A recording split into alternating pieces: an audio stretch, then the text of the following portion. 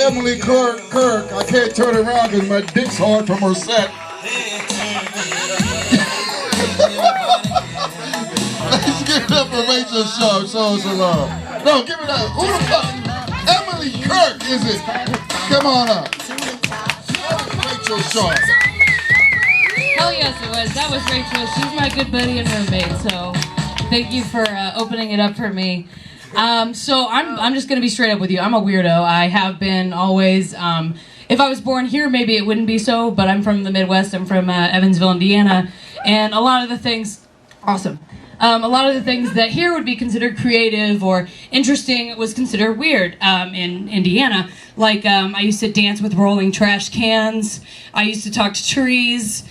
I always had a really vivid imagination, and I think another thing that made me a little weird was I always liked female characters that had a really strong sense of self and a strong sense of like sensuality, like Princess Jasmine, and I always liked like Shakira and shit. And I think that something that was weird was I wanted to be like that, but I was way too young for that. And it's always awkward when kids want to be sexy, but it's even more awkward if they're a fat little kid trying to be sexy. So little Emily is, you know, short, fat, pear-shaped because puberty hadn't hit yet, obviously.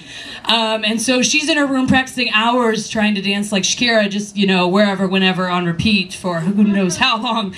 And she goes into her mom's room and says, "Hey, look what I've been working on." And she's like, I bet that's good exercise. So, you know, that's good. I am where I am today. But being weird, girls didn't really want to hang out with me, so I would hang out with boys. And I didn't realize what I was doing, but it was kind of my way of being able to do role-playing with them, because I would say, "Oh, let's pretend that this guy captured me and you have to come save me."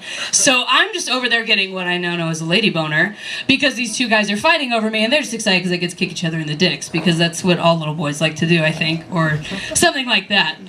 But, you know, it's because I've always liked to eat. I still like to eat food. I mean, it's kind of like sexual if you think about it, because masturbating is kind of like cooking, because nobody else needs to like your cooking except for you. Not everybody does it the same. Sometimes you do it fast, sometimes you make like a whole day out of it. You know, people try to give you tips on it and you're like, okay, yeah, but I'm gonna do it my way. And then also, I feel like delivery is kind of like one night stands, because it's immediate. You don't always care how you look when it gets there. You're not always telling your friends about it, because sometimes you're pretty ashamed about it. And then you have to tell yourself, like, have I been doing too much of that this month? I need to stop doing so many of those. And then going out to a restaurant is like legitimate lovemaking. You know, it's a fine experience. You get to tell people about it afterwards, but it's really great. But I guess I would never ever say I'd substitute like sex with food, because I'm not crazy. Like, sex is awesome.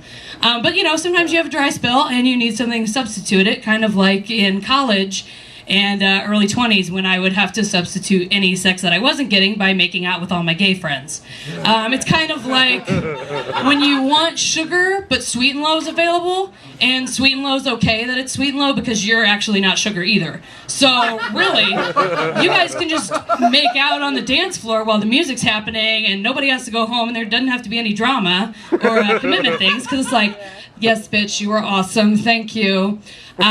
So that's always really cool. And but the good thing is now I have a boyfriend, so I don't have to make out with as many gay guys. It's just the one. So it's actually the curly surfer dude over there that everybody felt the need to keep poking jokes at. So that's always a good time. I'm really bad about seeing if the light went off. This is my first time doing an open mic, and so I appreciate everybody's enthusiasm for me and support. I'm glad to have it under my belt now. It's like, okay, that's done. I did not know I would have more time. Let's see. It's like, what other shit did I have? I steamrolled through that. Unlike middle school, because that took a long fucking time, way too long.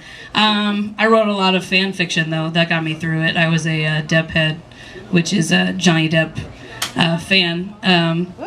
I pretty much was the Tina Belcher before Tina Belcher was cool.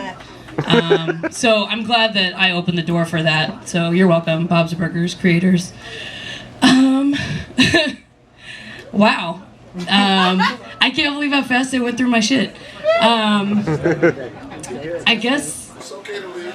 Okay, I can do that? Yeah, I don't want to waste anybody's time. So thank you guys so much for letting us be a good first time.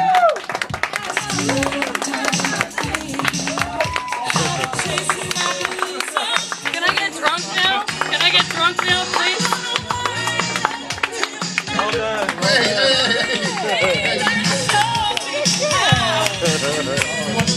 Great job, Emily Kirk, for your first time.